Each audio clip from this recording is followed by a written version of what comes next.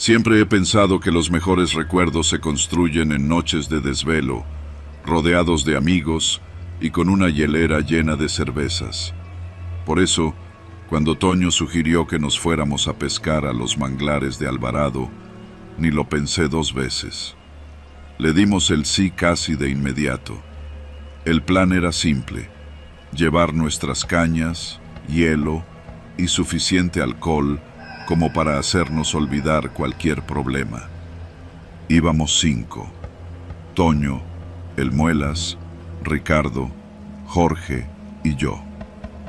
Llegamos al atardecer. La brisa salada se mezclaba con el aroma de la vegetación húmeda y el cielo comenzaba a teñirse de un rojo profundo, reflejándose en el agua turbia de la laguna. Entre risas y tragos, montamos nuestras balsas y nos adentramos en los canales oscuros que formaban los manglares. El oleaje era casi inexistente, apenas un vaivén tranquilo que nos mecía como si estuviéramos en una cuna. La noche cayó rápido. Solo las estrellas y la linterna de Jorge iluminaban el agua. Los sonidos de la selva se intensificaban: grillos, ranas, el chapoteo de algún pez asustado.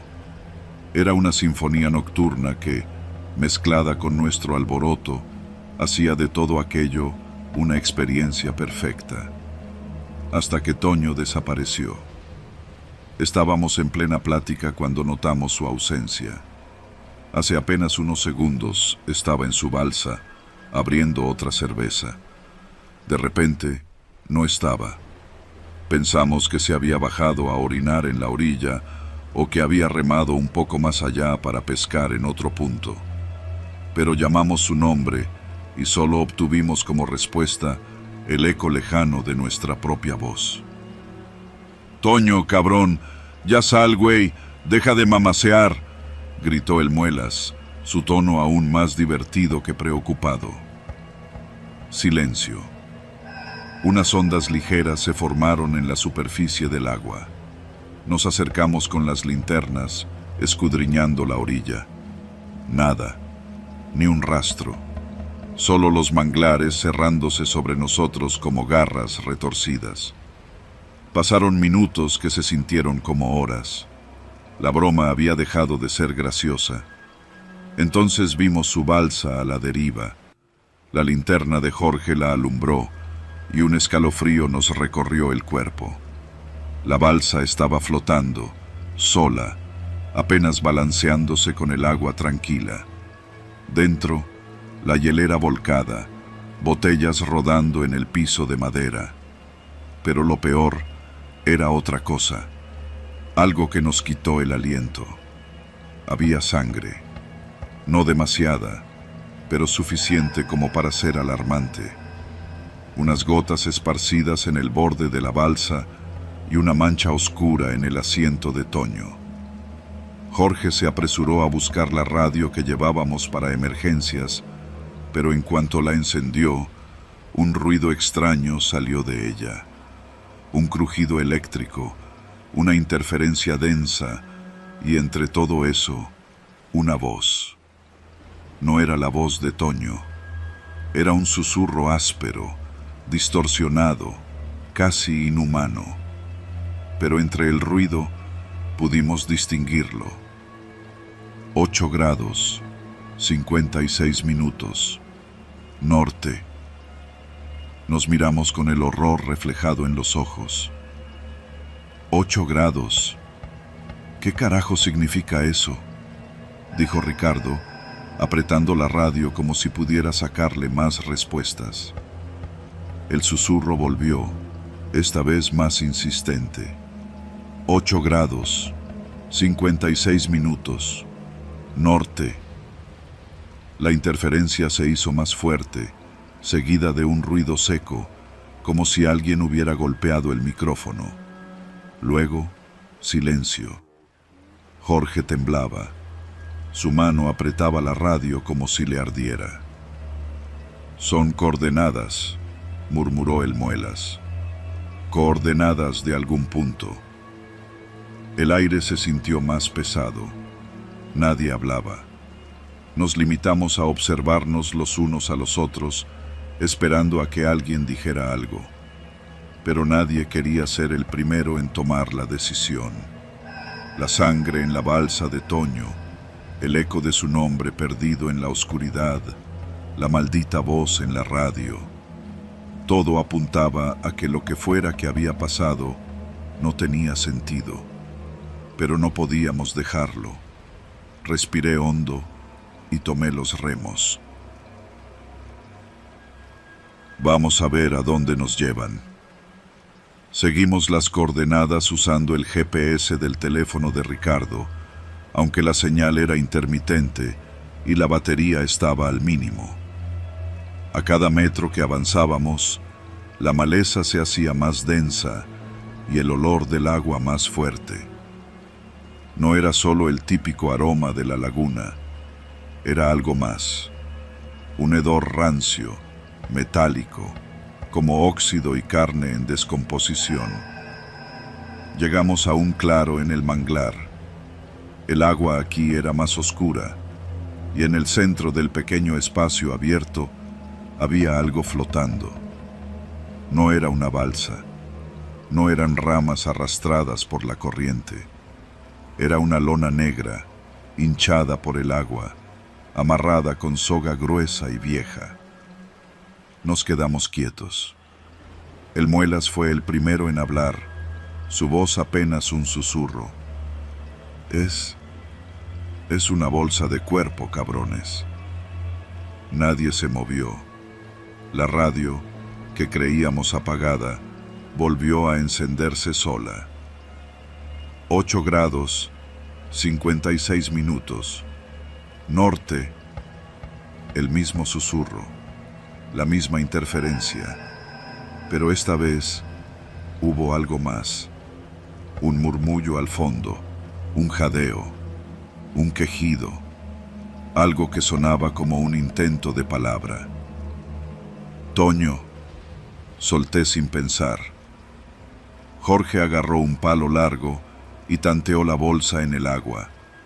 Flotaba pesada, hundiéndose de un lado.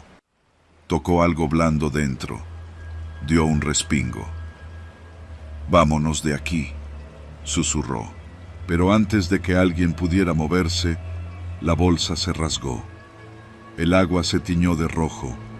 Lo que salió de ella nos quitó el aliento. Un brazo humano, lívido, con los dedos aún crispados, tratando de aferrarse a algo, a alguien. La corriente lo hizo girar, y por un instante vimos un rostro. No era Toño, era otra persona, o lo que quedaba de ella. Alguien había estado usando los manglares como un cementerio clandestino.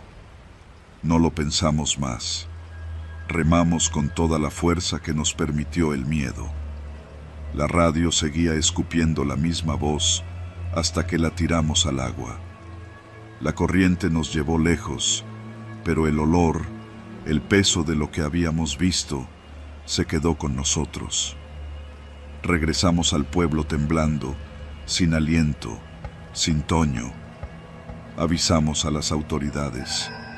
Nos interrogaron durante horas. Buscaron, dragaron el área. Encontraron varias bolsas, muchos cuerpos, pero a Toño nunca lo hallaron. Y a veces, cuando paso cerca de la laguna, la radio de la patrulla sigue captando algo entre la estática. 8 grados, 56 minutos, norte, y un murmullo. Algo que suena a un quejido, algo que suena a Toño.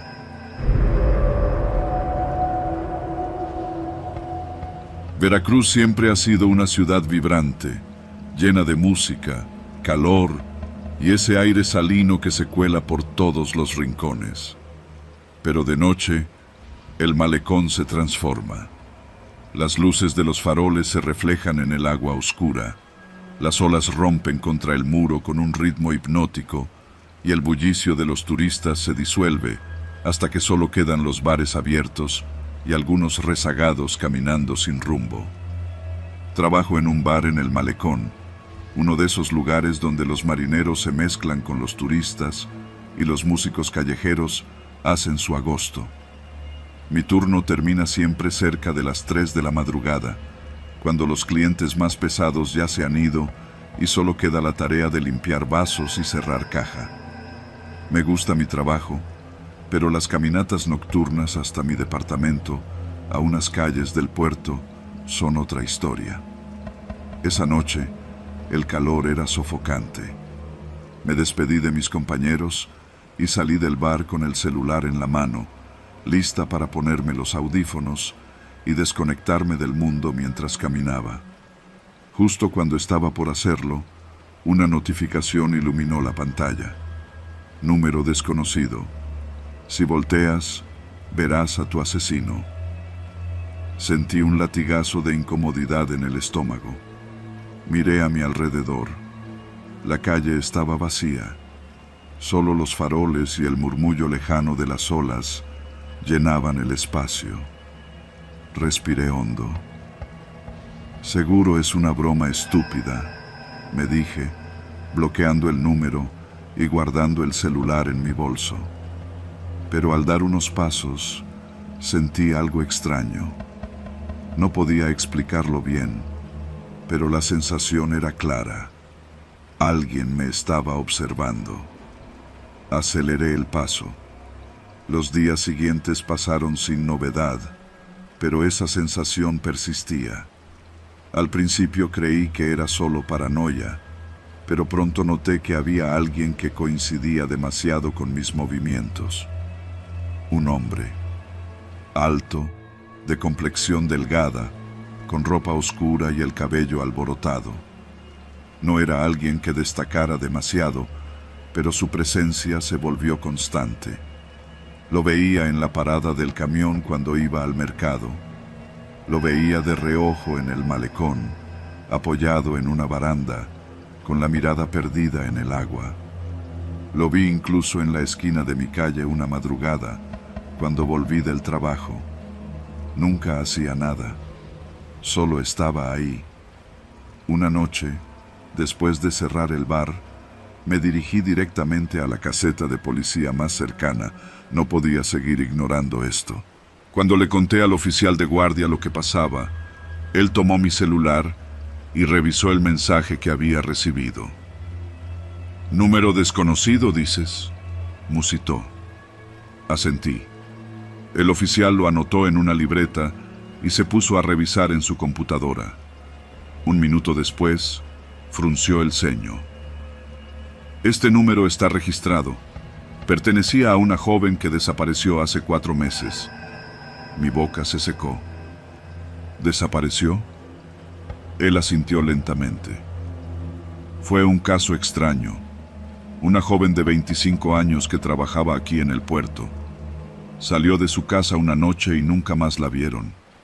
No hubo testigos. Nada. El corazón me latía con fuerza en el pecho. ¿Cómo se llamaba? Mariana Escalante. Me quedé en silencio. Ese nombre no me decía nada, pero la idea de recibir un mensaje de alguien desaparecido hacía que el aire en la caseta de policía se sintiera espeso, irrespirable. «Mire», dijo el oficial con voz seria, «si ese hombre la está siguiendo, no regrese sola a casa. Trate de ir acompañada, y si vuelve a verlo, llámenos de inmediato». Salí de la caseta con la piel erizada. Esa noche dormí mal. Me despertaba cada tanto con la sensación de que alguien estaba al otro lado de mi puerta, escuchando mi respiración. Pero cada vez que me asomaba por la mirilla, el pasillo estaba vacío. Cuando volví al trabajo la noche siguiente, estaba decidida a ignorarlo todo. Me convencí de que, si dejaba de prestarle atención, el miedo se disiparía. Funcionó hasta que, al cerrar el bar y caminar hacia casa, lo vi de nuevo. Esta vez, más cerca. No estaba apoyado en una baranda, ni de pie en una esquina. Estaba justo frente a una tienda cerrada, bajo la luz temblorosa de un farol, mirándome fijamente. Me quedé paralizada.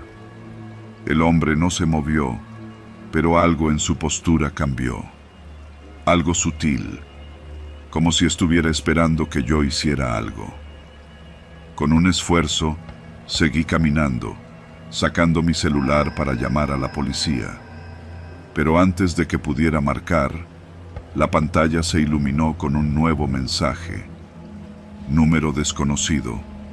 Corre. Mi pulgar tembló sobre la pantalla. Levanté la vista. El hombre ya no estaba bajo el farol. Mi respiración se volvió errática. Miré a mi alrededor. No lo veía por ninguna parte. Y entonces, en el reflejo de la vitrina de la tienda, lo vi. Estaba justo detrás de mí. No recuerdo exactamente cómo reaccioné. Solo sé que mi cuerpo se movió antes que mi mente. Corrí. Corrí como nunca en mi vida, con los latidos de mi corazón atronando en mis oídos. Escuché pasos detrás de mí. No miré hacia atrás. Doblaba esquinas al azar, zigzagueaba entre las calles, buscando la caseta de policía. Mi mente solo tenía un objetivo: sobrevivir. Cuando finalmente llegué, me desplomé en la entrada, sin aliento, señalando detrás de mí. ¡Me sigue!, jadeé. ¡Ese hombre me sigue! Los oficiales salieron de inmediato. Revisaron la calle, buscaron en las esquinas, pero no había nadie. Me escoltaron a la estación y me hicieron preguntas. Describí al hombre con la mayor precisión posible. Uno de los oficiales revisó en su computadora y me mostró una foto. ¿Es él? La imagen me dejó helada. Era el mismo hombre que había estado siguiéndome, pero la foto no era reciente. Era un retrato de hacía 6 meses y estaba acompañado por otra imagen, el reporte de su muerte. La policía me escoltó hasta mi casa esa noche. Me aseguraron que investigarían, pero yo sabía que no encontrarían nada. El hombre que me seguía había muerto hacía meses, y el número que me envió mensajes pertenecía a una mujer desaparecida. Dejé mi trabajo en el bar. No volví a caminar sola por el malecón. Algunas noches, cuando el insomnio me vence y miro por la ventana de mi departamento, me invade la certeza de que él sigue ahí, en alguna parte, esperando. No sé si lo que vi era real. No sé por qué alguien muerto me perseguía. Lo único que sé es que, cada vez que veo mi celular y una notificación aparece, un terror inexplicable se apodera de mí. Porque hay mensajes que no deberían llegar. Porque hay advertencias que llegan demasiado tarde.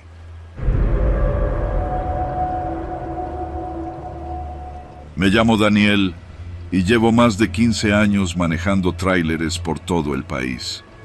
Conozco las carreteras de México como la palma de mi mano, sus rectas infinitas, sus curvas peligrosas, los tramos donde hay que bajar la velocidad porque el pavimento está hecho un desastre y, claro, los lugares donde es mejor no parar por nada del mundo. Una de las rutas que más me toca recorrer es la que pasa por Cosamaloapan, en Veracruz. A simple vista, es un tramo como cualquier otro. Una autopista larga, oscura por las noches, y con esos pequeños poblados a la orilla, donde se ven casas de lámina y puestos de comida que apenas iluminan el camino. Pero en este tramo hay algo que me inquieta. Siempre que paso por ahí de madrugada, una camioneta negra sin placas aparece en mi retrovisor. Al principio pensé que era coincidencia. Uno sabe que hay gente que viaja de noche para evitar los retenes, que hay tráileres que transportan cosas que no deberían, y que algunos simplemente tienen prisa. Pero esto era diferente. La primera vez que noté la camioneta fue hace unos 6 meses. Era casi medianoche y venía manejando tranquilo, escuchando la radio para no dormirme. El camino estaba desierto y las luces de mi tráiler eran lo único que cortaba la oscuridad de la carretera. Entonces la vi. Apareció de la nada, pegada a mi espejo lateral. Una camioneta negra, con los faros apagados. Me sacó un susto de aquellos porque no la vi acercarse, simplemente ya estaba ahí. En cuanto la noté, encendió las luces y empezó a hacerme señas con los altos, como si quisiera que me detuviera. Uno sabe que en la carretera hay que andar con cuidado. No hay que detenerse por cualquier cosa. Así que mantuve la velocidad y fingí que no la veía. Pero la camioneta insistió. Se puso a un lado, bajando la velocidad a la par de la mía. Desde mi altura, traté de ver quién iba adentro, pero los vidrios estaban polarizados. Tocaron el claxon varias veces y luego, de golpe, aceleraron y desaparecieron en la curva adelante. Pensé que tal vez era una patrulla encubierta o unos locos jugando carreras. No le di más importancia hasta que, la siguiente semana, me volvió a pasar. Mismo tramo, misma hora, misma camioneta. Esa vez intenté reducir la velocidad a ver qué hacían. La camioneta también frenó, esperando. Cuando volví a acelerar, ellos hicieron lo mismo. Otra vez me hicieron señas con los altos y tocaron el claxon, pero no me detuve. Entonces, sin previo aviso, la camioneta apagó sus luces y se desvaneció en la oscuridad. Ahí empecé a preocuparme. En mi siguiente viaje por esa ruta, se lo mencioné a un compañero trailero en un paradero de Tuxtepec. Un tipo viejo, de esos que llevan toda la vida en la carretera. Me miró serio y solo dijo: si te pasa otra vez, no mires dentro de la camioneta. No me explicó por qué. No insistí. Hay cosas que los camioneros dicen con esa voz grave que no dan lugar a preguntas. Pero me siguió pasando. Cada semana. Cada vez que pasaba por Cosamaloapan de madrugada, la camioneta negra aparecía. Ya no me sorprendía verla en el retrovisor. Solo me mantenía enfocado en el camino, esperando que desapareciera como siempre. Hasta anoche. Eran casi las 2 de la mañana cuando entré al tramo de siempre. Sentí el mismo escalofrío de siempre. Vi los mismos árboles doblándose con el viento de siempre. Y entonces vi las luces encendiéndose en mi retrovisor. Mantuve la velocidad. La camioneta se puso a mi lado. No miré. Entonces, algo cambió. No se adelantaron. No desaparecieron. Esta vez, se quedaron ahí, a mi altura, como si esperaran algo. Los vi por el rabillo del ojo. Había una sombra en el asiento del conductor. No se movía. No hacía gestos. Solo estaba ahí. Apreté el volante. El tráiler rugió cuando pisé más el acelerador. La camioneta aceleró también. No me dejaban irme. Chingada madre, murmuré. Pensé en llamar a alguien, pero ¿a quién? ¿A la Guardia Nacional? No tengo pruebas de que me estén siguiendo. Entonces la camioneta se cerró un poco. No lo suficiente para chocar, pero lo bastante para hacerme sentir acorralado.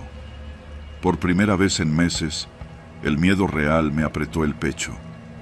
Y fue ahí cuando hice lo que no debía hacer. Miré.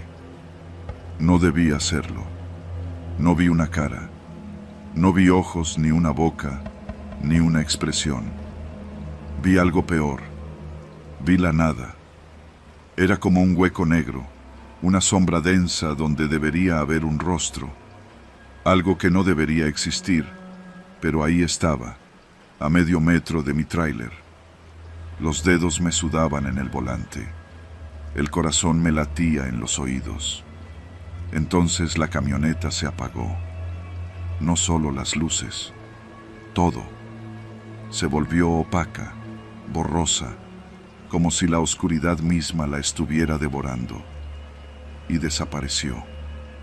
Me temblaban las piernas cuando llegué a la caseta de peaje.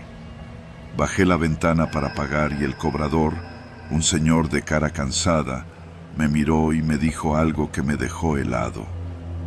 Otro trailero pasó hace rato, dice que también lo venían siguiendo.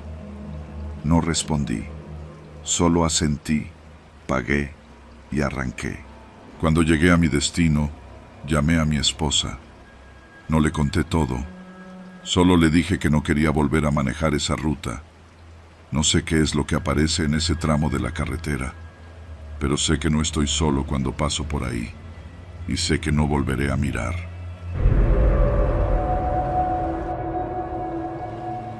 Me llamo Arturo, y hace 2 años mi hijo Daniel desapareció en la carretera de Soledad de Doblado a Veracruz. Desde entonces, mi vida se ha vuelto un infierno. No hay un solo día en que no me despierte con la sensación de que lo último que escuchó antes de desaparecer fue el sonido del viento meciendo los campos de caña, el zumbido de los grillos y el eco lejano de alguna banda tocando en una fiesta. A pesar del tiempo transcurrido, no he dejado de buscarlo. No porque tenga la esperanza de encontrarlo con vida. Esa esperanza se murió la noche en que recibí la última señal de él, sino porque necesito respuestas, porque en el fondo sé que hay algo en esa carretera, algo que se llevó a mi hijo. Daniel tenía 22 años, era el menor de mis 3 hijos y el único que aún vivía en casa. Estudiaba en la universidad y trabajaba por las tardes en un taller mecánico en Veracruz.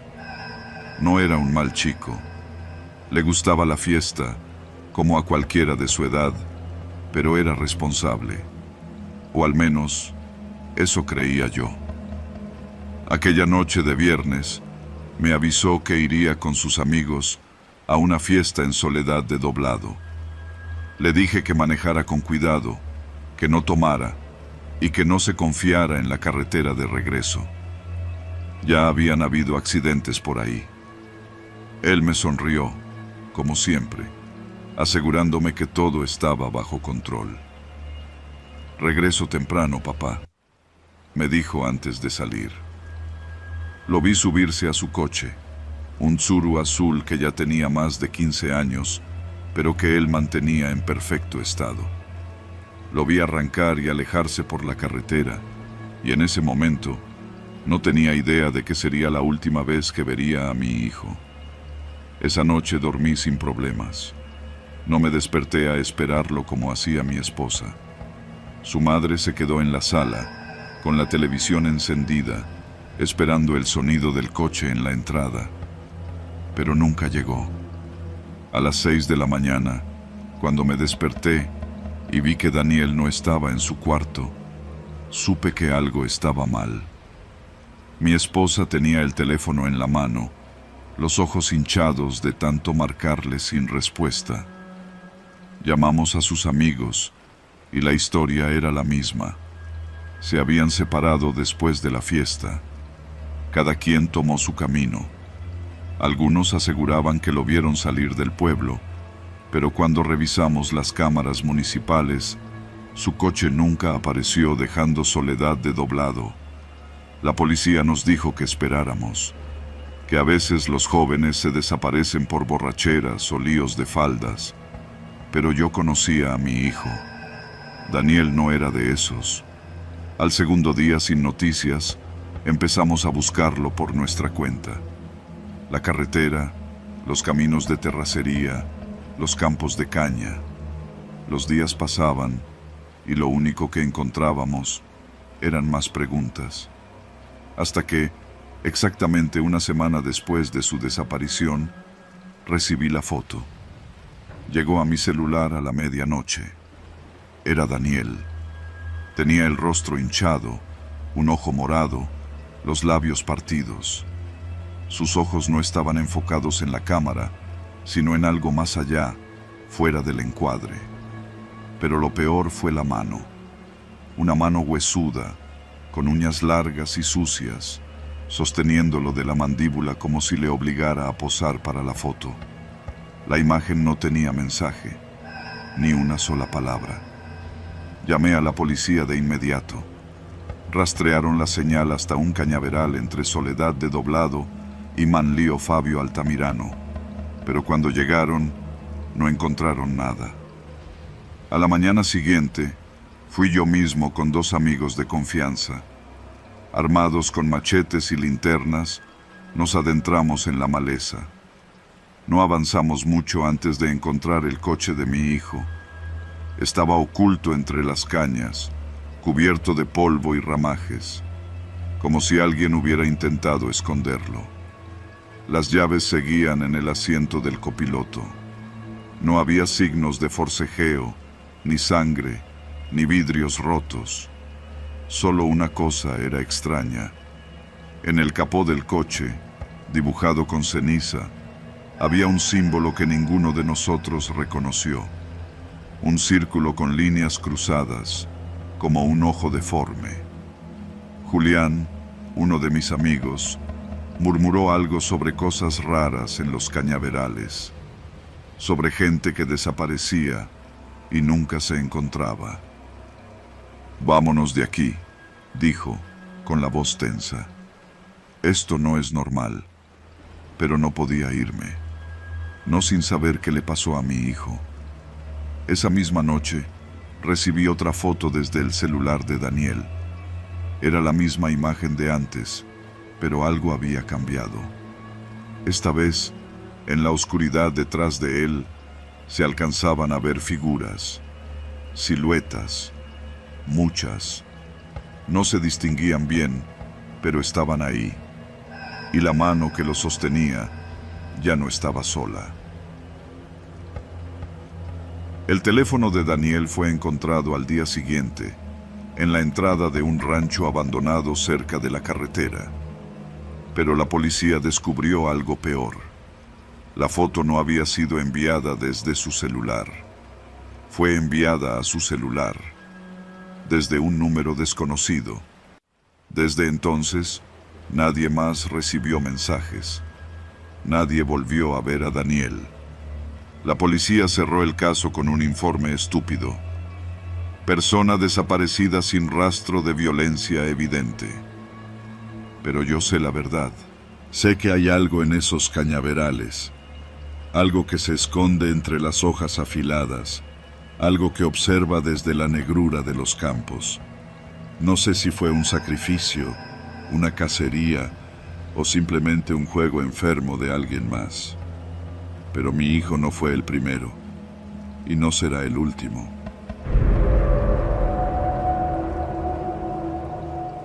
La noche en Coatepec es más densa que en otros lugares.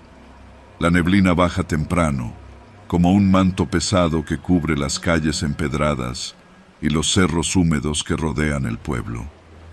Aquí la oscuridad no es solo la falta de luz, es una presencia, un silencio vivo que se adhiere a la piel.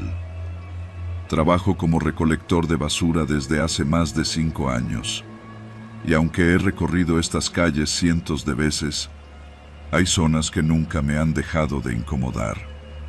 La barranca Matlacobatl es una de ellas. Los vecinos cuentan muchas historias sobre ese lugar, que ahí arrojaban cuerpos en los tiempos de la revolución, que los espíritus de los muertos se aferran a la tierra en las noches de luna nueva. Pero lo que a nosotros nos preocupa no son los fantasmas, sino los perros. Desde hace meses, cada vez que pasamos por ahí, Se escuchan ladridos y gruñidos desde el fondo de la barranca. No es raro ver perros callejeros en esta zona, pero estos suenan distintos, no como los que buscan comida o se pelean entre ellos. Son gruñidos que transmiten otra cosa: desesperación, rabia, algo que se siente mal. Al principio los ignorábamos. Nos hacíamos los sordos, acelerábamos el camión y terminábamos la ruta lo más rápido posible. Pero con el tiempo, los ruidos se hicieron más frecuentes. Los perros comenzaron a aparecer más cerca del camino, observándonos desde la maleza, sus ojos brillando en la oscuridad. Y luego, uno de nosotros desapareció. Esa noche, la humedad estaba en su punto más alto.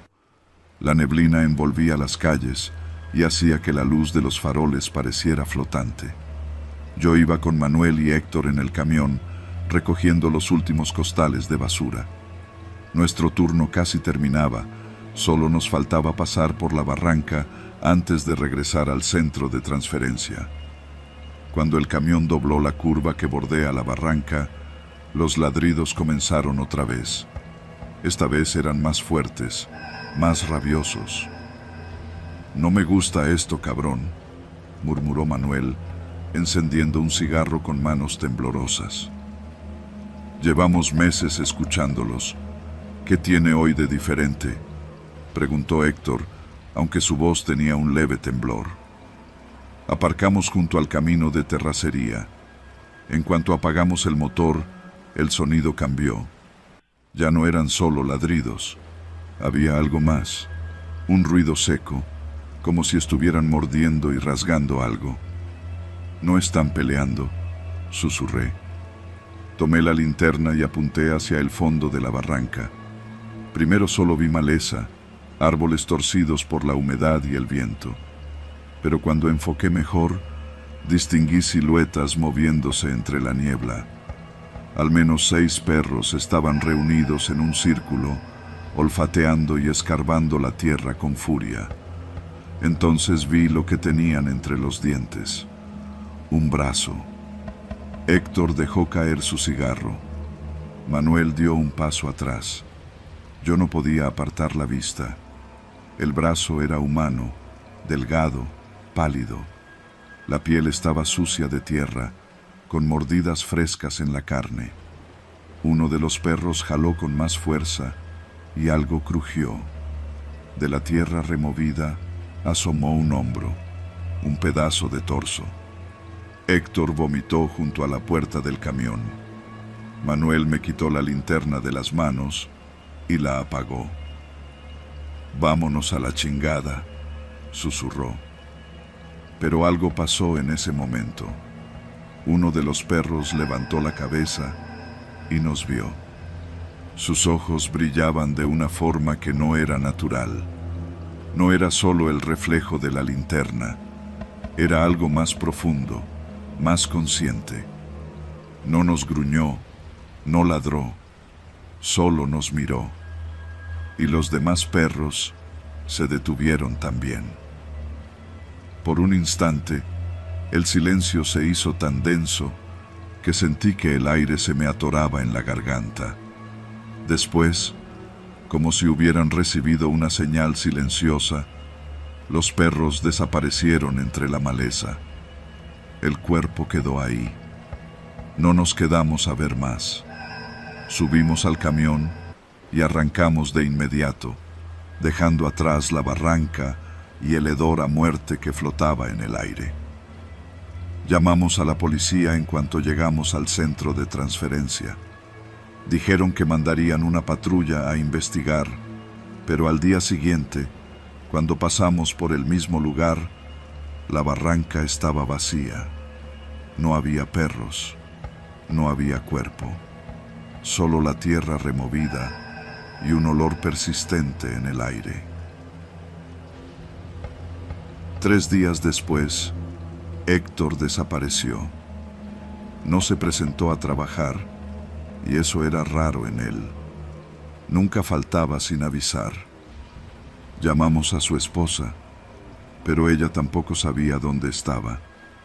Dijo que la noche anterior lo había notado extraño, distraído, que después de la cena salió a dar una vuelta en su moto y nunca regresó. La policía lo buscó por todo Coatepec. No encontraron su moto, ni su ropa, ni su celular. Era como si se lo hubiera tragado la tierra, o como si alguien lo hubiera enterrado. Los rumores comenzaron a correr. Un vecino juró haberlo visto cerca de la barranca Matlacobatl la noche que desapareció. Otro dijo que había escuchado los ladridos más fuertes que nunca esa misma madrugada. Pero lo que realmente nos aterrorizó fue lo que nos contó un indigente que dormía en la zona. Dijo que vio a Héctor de pie junto al camino, con una linterna en la mano, iluminando el fondo de la barranca, que estaba hablando solo. Y que los perros lo estaban rodeando. Han pasado semanas desde entonces, y Héctor sigue sin aparecer. El camión ya no pasa por la barranca Matlacobatl de noche. Cambiamos la ruta, aunque eso signifique dar un rodeo y gastar más gasolina. Nadie quiere volver a ese lugar. Pero los ladridos siguen ahí. No todas las noches, pero algunas. A veces los escuchamos a lo lejos, ocultos entre la neblina.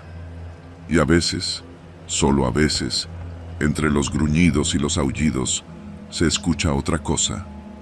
Un murmullo bajo, como si alguien intentara hablar o pedir ayuda.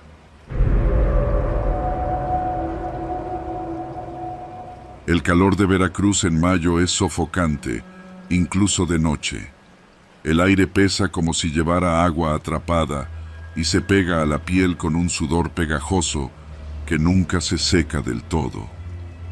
La ciudad de Tierra Blanca, con sus calles polvorientas y su vida tranquila de provincia, nunca había sido un lugar de sustos ni misterios. Pero nosotros, como cualquier grupo de adolescentes aburridos, siempre estábamos en busca de algo que hiciera latir más fuerte el corazón. No sé en qué momento la broma se nos salió de las manos. Éramos 5: Hugo, Daniel, Armando, Iván y yo. Y Leo, claro, aunque él no contaba porque iba a ser la víctima aquella noche. Siempre hacíamos retos pendejos, pequeñas pruebas de valor que a veces terminaban en raspones y otras en gritos de susto seguidos de risas. Pero Leo nunca se asustaba. Siempre tenía un comentario listo para burlarse de nosotros. Si alguien decía que había visto algo raro en la oscuridad, él se adelantaba a buscarlo. Si el reto consistía en saltar una barda alta, él lo hacía sin pensarlo. Así que decidimos probarlo. El puente de Tierra Blanca es un paso ferroviario antiguo, con un río estrecho y oscuro que corre debajo. De día no es más que un punto de referencia para la gente que vive cerca, pero de noche es otra cosa. Es un sitio silencioso, cubierto de neblina y ruidos de agua moviéndose entre las piedras. Hay historias sobre ese puente, de gente que ha caído al río y no ha salido jamás, de cosas que aparecen en las madrugadas, cuando los gallos aún no cantan. Era el lugar perfecto para jugarle una broma a Leo. Nos reunimos en la terracería que baja hacia el puente cerca de las 10 de la noche. Todos en bicicleta, como siempre. Leo llegó un poco tarde, con esa sonrisa confiada que hacía que a todos nos dieran más ganas de verlo temblar por una vez en su vida. ¿Y bien? ¿Qué mamada traen hoy?, dijo, echando un vistazo al puente desde lo alto del camino. Dicen que debajo del puente hay un túnel que solo aparece de noche, le respondió Hugo con una seriedad convincente. Un vagabundo nos contó que lo vio una vez, pero nadie le creyó. ¿Un túnel? ¿Y qué? ¿Lleva a otro mundo?, se burló Leo, riendo. No, pendejo. Lleva a un rancho abandonado que nadie sabe dónde está, como si fuera un atajo secreto. Eso no tiene sentido, dijo, pero ya tenía la curiosidad en los ojos. Nos miramos entre nosotros. Había picado el anzuelo. Bajamos las bicicletas por el sendero de tierra hasta quedar junto al puente. El río reflejaba la luna con una luz sucia y movediza. Leo dejó su bicicleta apoyada contra el barandal de concreto y comenzó a bajar la pendiente llena de maleza. «A ver, idiotas, no veo nada», nos gritó desde abajo. «Más al fondo», respondió Iván. «Pasa la segunda columna». Leo avanzó. Cuando lo perdimos de vista, nos subimos a nuestras bicicletas y salimos disparados. Nos alejamos lo suficiente como para que no nos alcanzara si intentaba seguirnos corriendo.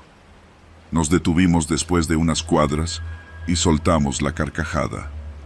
Armando incluso se dobló sobre el manubrio de la risa. «Va a estar bien encabronado», dijo Daniel, recuperando el aliento.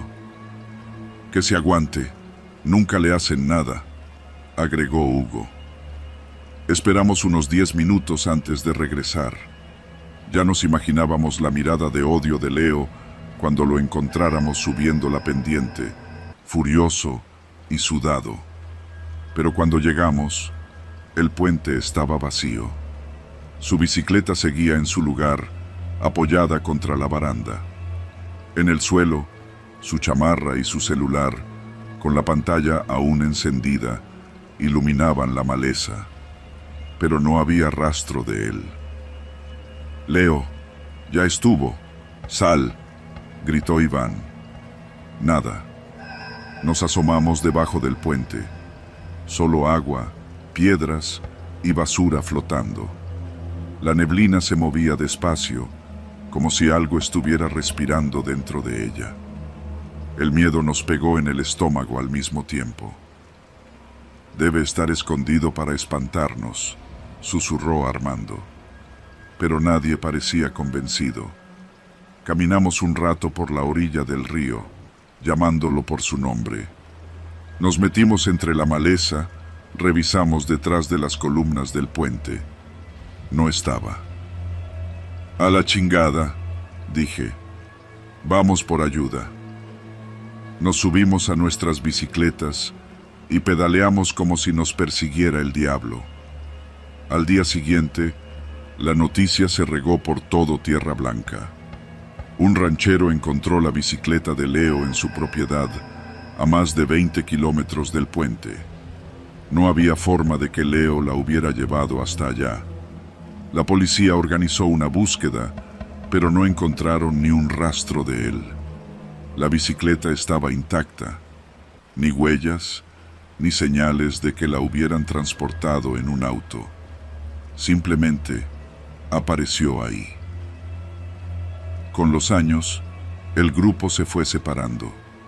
Nadie quería hablar de esa noche, pero la gente comenzó a decir que, en los rincones oscuros de la ciudad, en las esquinas donde la luz de los postes no llega, se aparece un joven con una chamarra como la de Leo. No pide nada, solo se queda de pie, mirando hacia el puente de Tierra Blanca, esperando.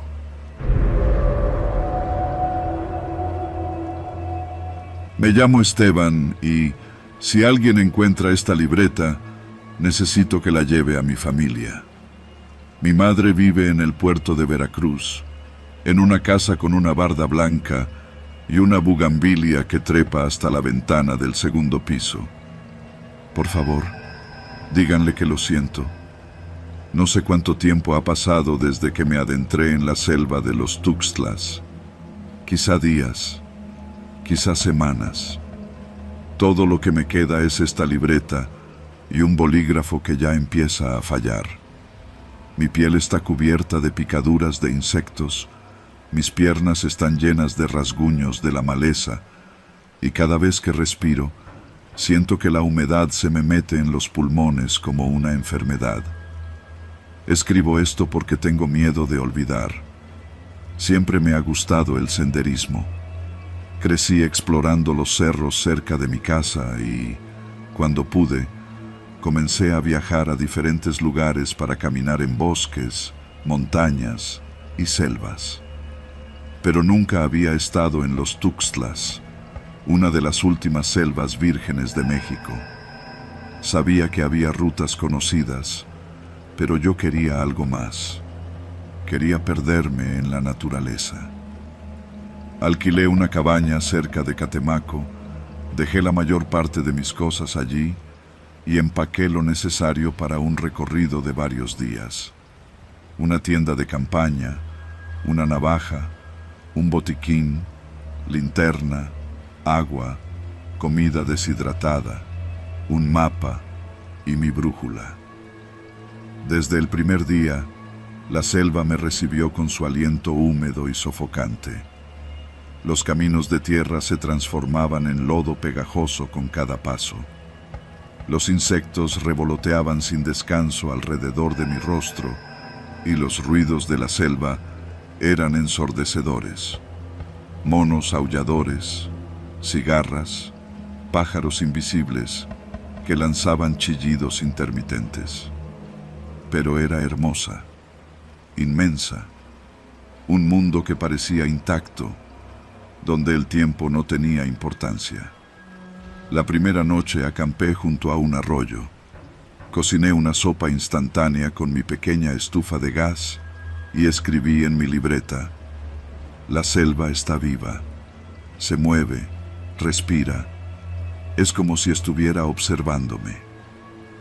No le di importancia, solo eran pensamientos poéticos de alguien que estaba disfrutando la experiencia.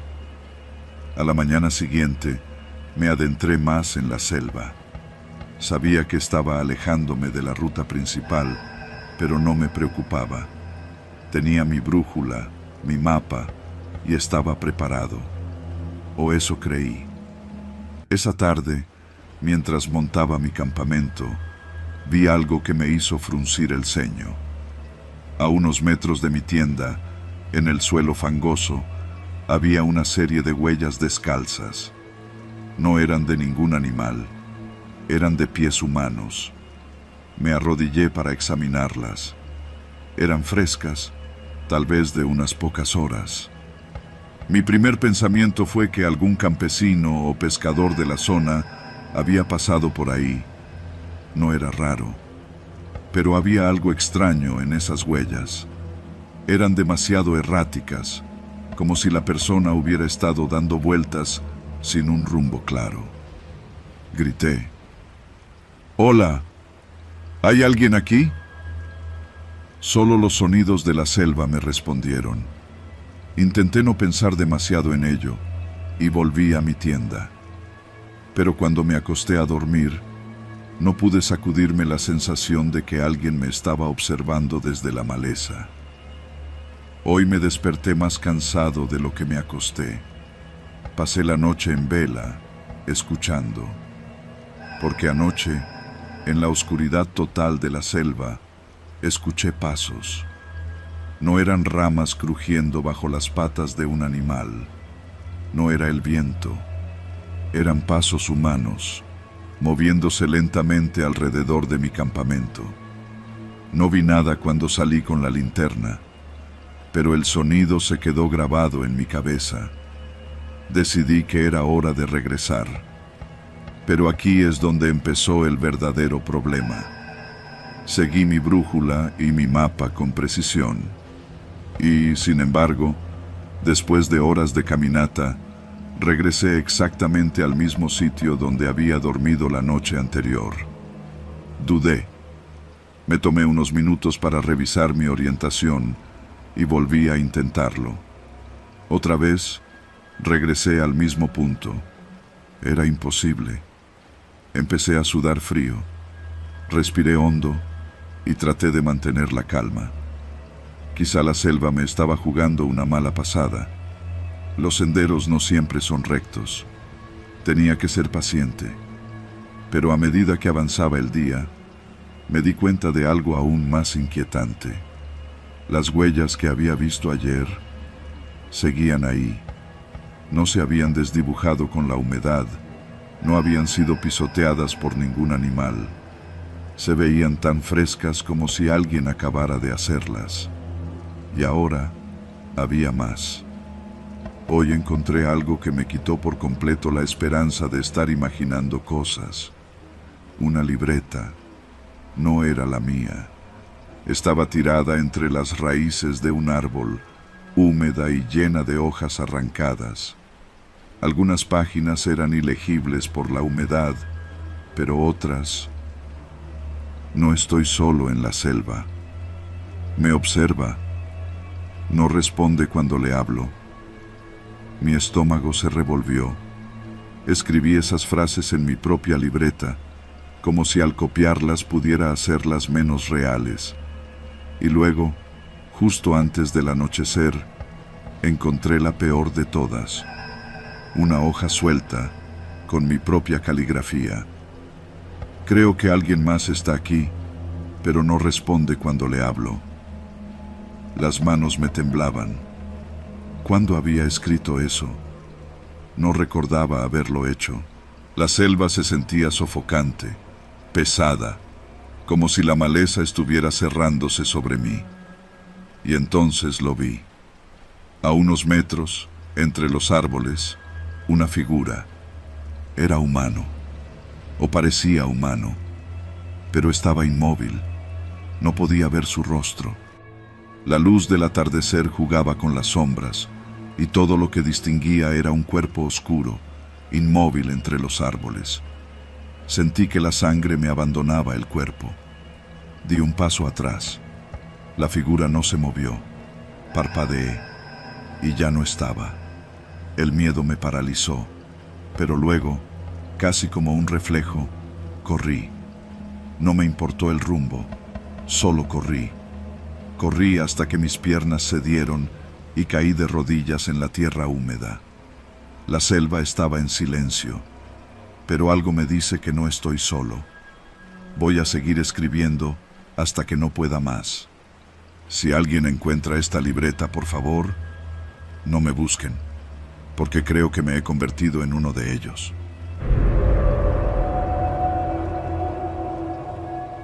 Cuando me mudé a Xalapa, lo hice con más entusiasmo que dinero.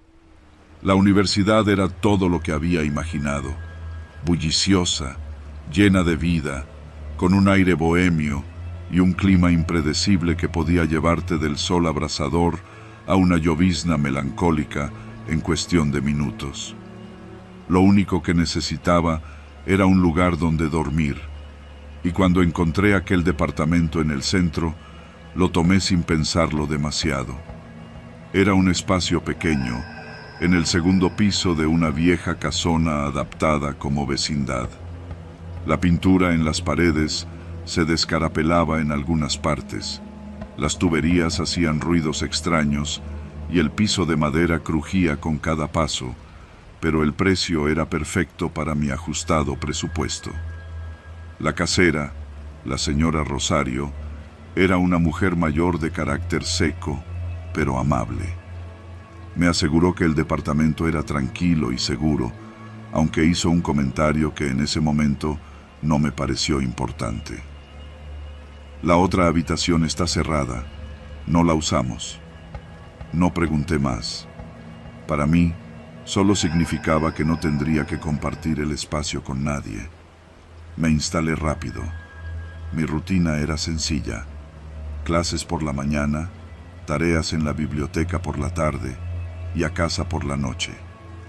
Xalapa era un lugar agradable para caminar, con calles empedradas, callejones estrechos y pequeños cafés escondidos entre la niebla. Pero las noches en el departamento eran diferentes. Desde la primera semana, empecé a notar ruidos en la habitación de al lado.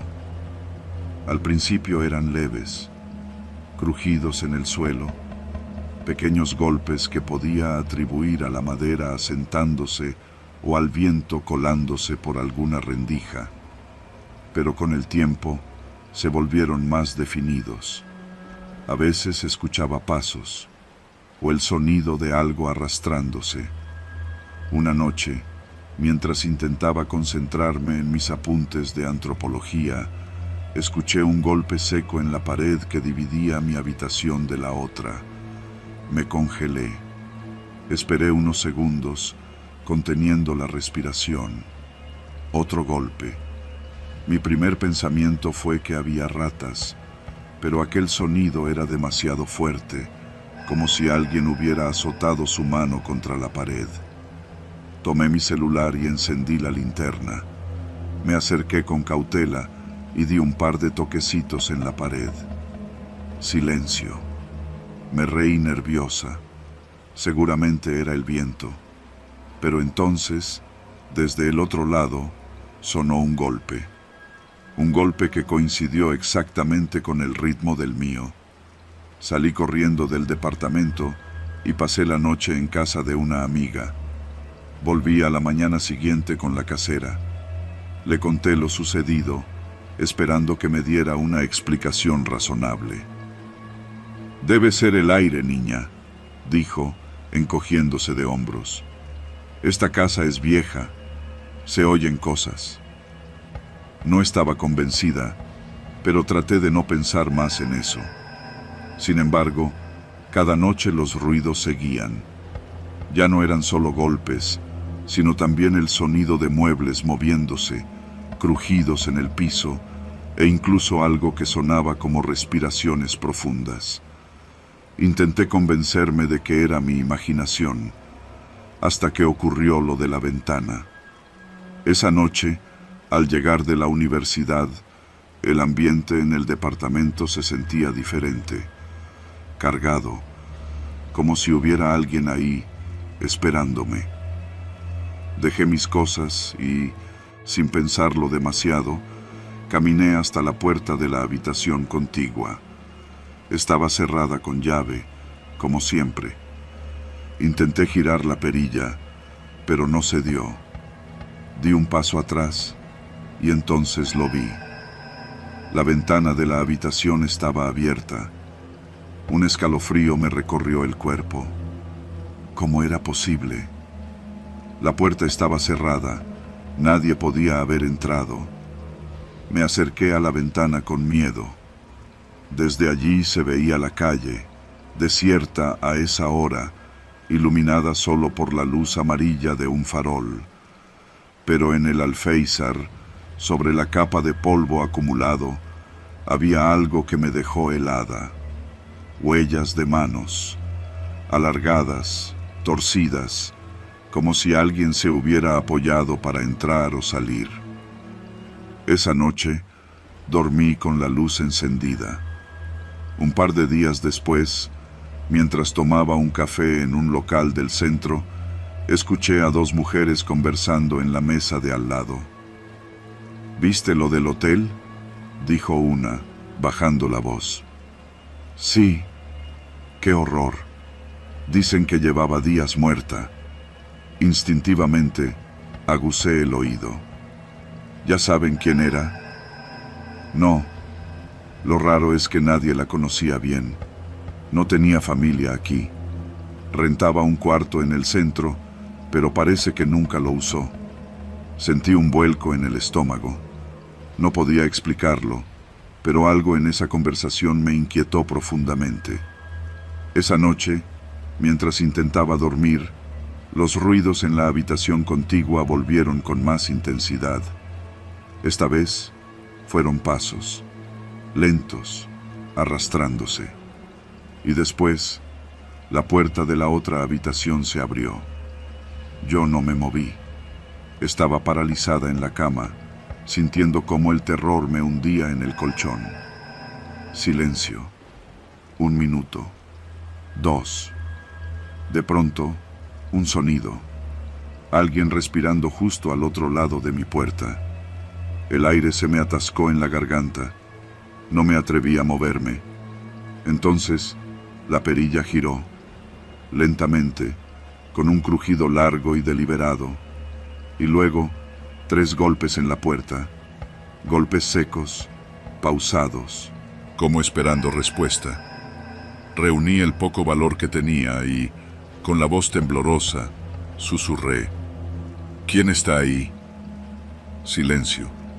Luego, un murmullo, bajo, gutural, ininteligible.